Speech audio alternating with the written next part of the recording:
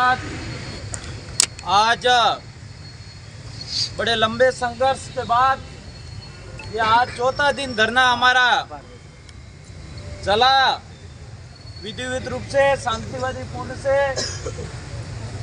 और मैं ज़्यादा भाषण करना तो नहीं चाहूँगा, लगातार 4 दिन से बोल ही रहे मेरे भाई अनुतोष भाई ने बताया।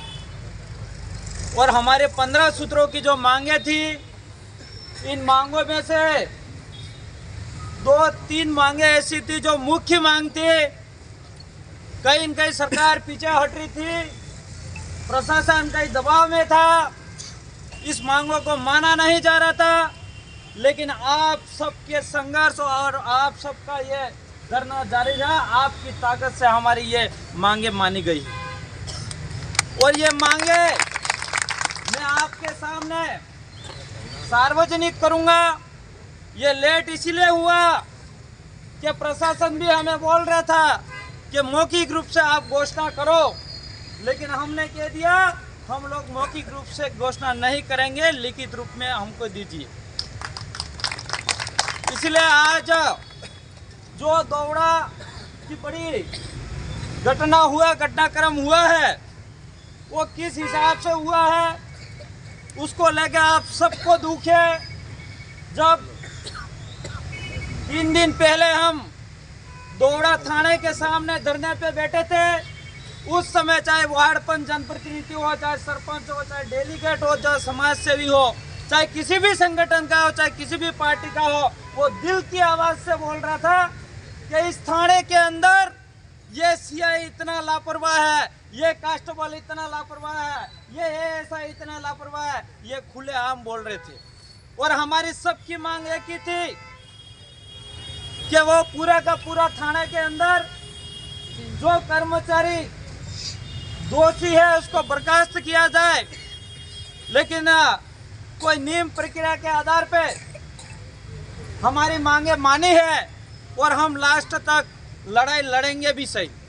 मैं प्रशासन को भी कहना चाहूँगा, विधायक होने के नाते मैं बर्दाश्त नहीं करूँगा, बर्खास्त करने की क्षमता रखेंगे हम, ये बताना चाहूँगा।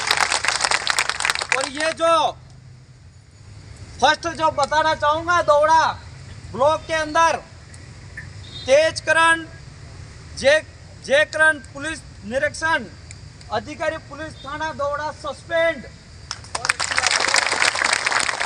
इसके बाद जो 4 नीचे के कार्मिक है उनके मैं नाम सुनाना चाह रहा हूँ।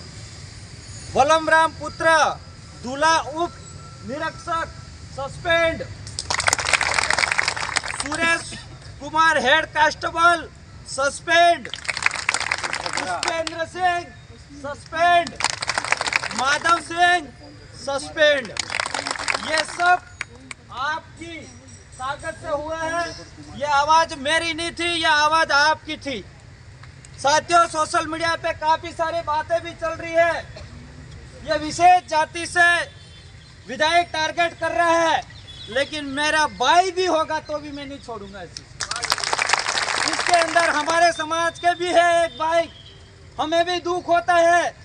लेकिन ये पुलिसकर्मी जब उनके पास वर्दी होती है, हाथ में लाठी होती है, बिना गलती से सिंघम के रूप में काम करते हैं, वो हमें दुख होता है। इसलिए हम आपको साथ नहीं दे सकते। हम जनप्रतिनिधि हैं, हम समाज के आम व्यक्ति नागरिक के नौकर हैं।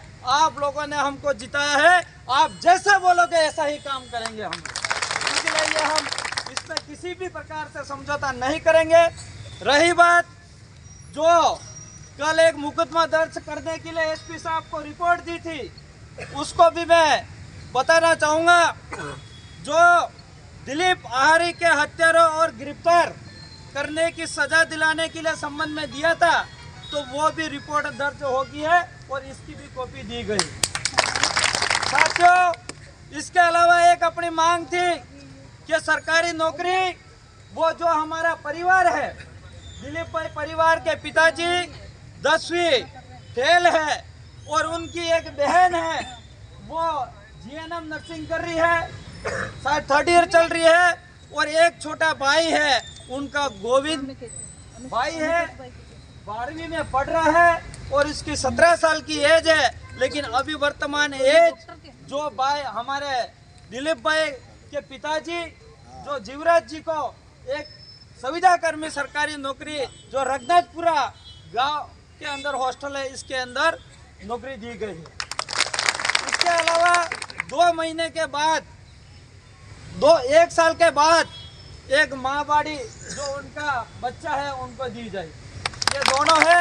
मैं ज़्यादा बातें नहीं करके इसके आगे जो हमारी मांगे थी लगभग मानी गई। मेरे से पूर्व में जो एमपी साहब ने भी विवरण सहित बताया था, इसलिए मैं अभी लेट हो रहे हैं, इसलिए ज़्यादा बातें नहीं करके हमारे बाद में जो वरिष्ठ रोहत कांति भाई आदिवासी दूसरी चर्चा करेंगे। इसी के साथ मेरा यहाँ पे विराम करता। सबको जय जवाहर, आवाज दो।